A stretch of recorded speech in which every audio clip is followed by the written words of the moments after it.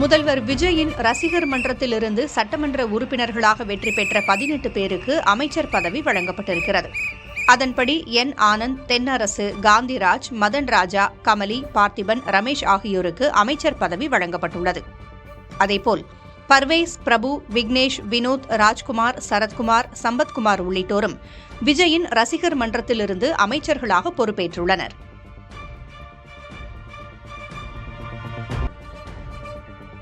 முதல்வர் விஜயின் விருப்பப்படி அமைச்சரவை இலாக்காக்கள் ஒதுக்கப்பட்டிருப்பதாக தகவல்கள் தெரிவிக்கின்றன. அதன்படி மீன்வளத்துறைக்கு ஸ்ரீநாத், பள்ளிக் கல்வித்துறைக்கு ராஜ்மோகன், உணவுத்துறைக்கு வெங்கட்ரமணன் ஆகியோர் முதல்வர் விஜயின் தேர்வு என்று சொல்லப்படுகிறது.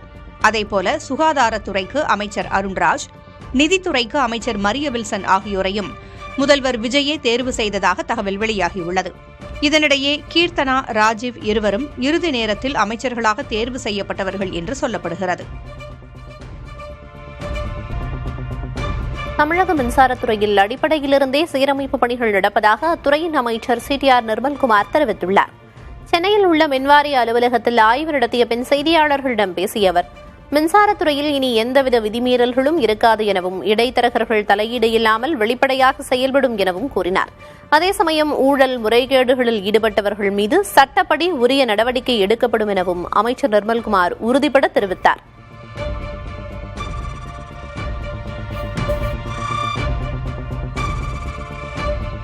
இன்னும் ஒவ்வொரு துறையிலையும் இதில் சீரமைக்கும் பணிகள் நடந்து கொண்டு தான் வருகிறது. வரும் காலங்களில் கண்டிப்பாக மிகப்பெரிய துறையான மின்சாரத்துறையை முழுவதுமாக சீரமைத்து கண்டிப்பாக இது முழுவதும் மக்கள் பயன்பாட்டிற்காக எந்தவித முறைகேடும் இல்லாமல் முதல்வர் சொன்னது போல எந்தவித முறைகேடும் இல்லாமல் எந்தவித லஞ்ச லாவணியும் இல்லாமல் இந்த துறை மீண்டும் புத்துணர்வு பெறும். நிறைய தவறான தகவல்கள் பரப்பட்டு வருது. எந்த விதமான இப்போதைக்கு கட்டணம் உயர்த்தும் எண்ணம் அரசிடம் முதல்வரிடம் இல்லை. ஏற்கனவே இருக்கிற சிஸ்டம்ல அவங்க என்னென்ன பண்ணிட்டு இருக்காங்களோ அது பர்சன்டேஜ் வைஸ் பண்ணிட்டு இருக்காங்களோ அது வேற. பட் அரசாக முன்னெடுத்து உயர்த்தும் எண்ணம் எதுவும் இல்லை.